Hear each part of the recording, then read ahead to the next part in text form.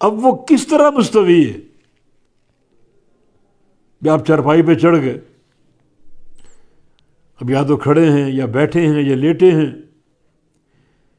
لیٹے ہیں تو سیدھا یا الٹا یا کسی کروٹ کے بل، سیدھ دائیں طرف یا بائیں طرف، کوئی نہ کوئی کیفیت تو ہوگی نا آپ کی۔ اللہ تعالیٰ کہ عرش پہ استوا کی کیفیت معلوم نہیں،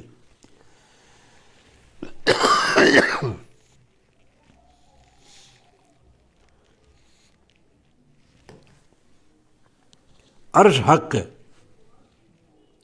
اس کا اوپر ہونا حق ہے، اور اللہ تعالیٰ کے عرش کے اوپر ہونا حق ہے، مگر مستوی کیسے ہے یہ معلوم نہیں، یہ کیفیت معلوم نہیں۔ عرش قرآن نے بیان کیا، اس کا بلند ہونا کتاب و سنت کے دلائل سے ثابت ہے، اور اللہ تعالیٰ کا عرش پہ مستوی ہونا بھی ثابت ہے،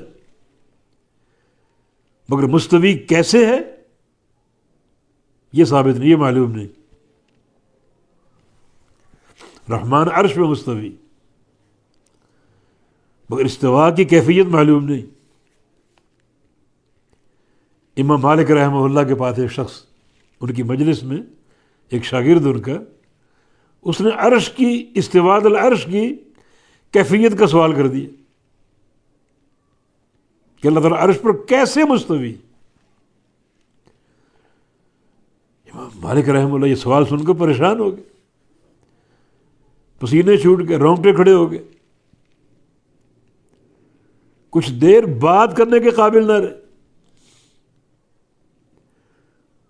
جب کچھ حالت سدھری، طبیعت سدھری، تو فرمایا الاستواء معلوم،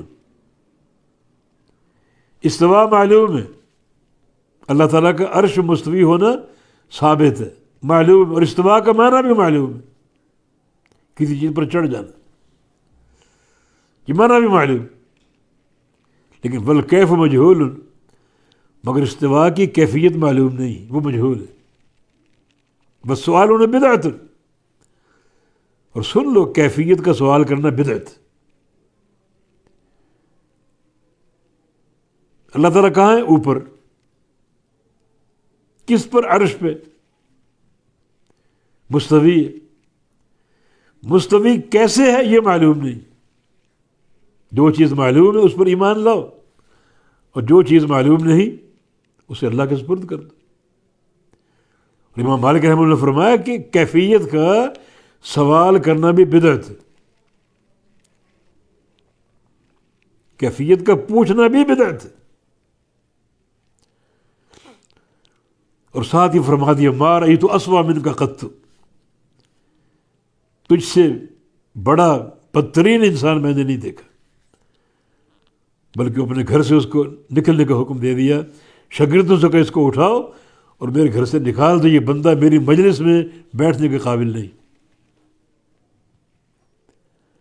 اور امام مالک رحمہ اللہ کا یہ قول جو اور بھی بعض سلف سے ثابت ہے، ام سلمہ سے ثابت ہے، اور امام مالک کے شیخ ربیعۃ الرائے سے ثابت ہے،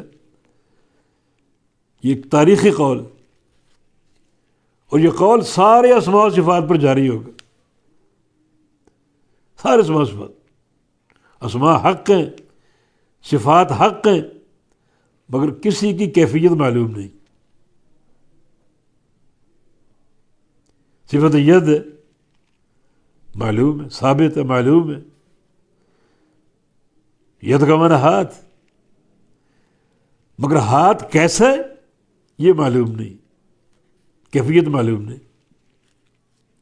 اس کا سمع اور بصر معلوم ہے، سننا اور دیکھنا، مگر سننا اور دیکھنا کیسا ہے یہ معلوم نہیں۔ یہ سارے ناموں اور ساری صفات پر امام مالک کا یہ قول جاری ہو سکتا ہے۔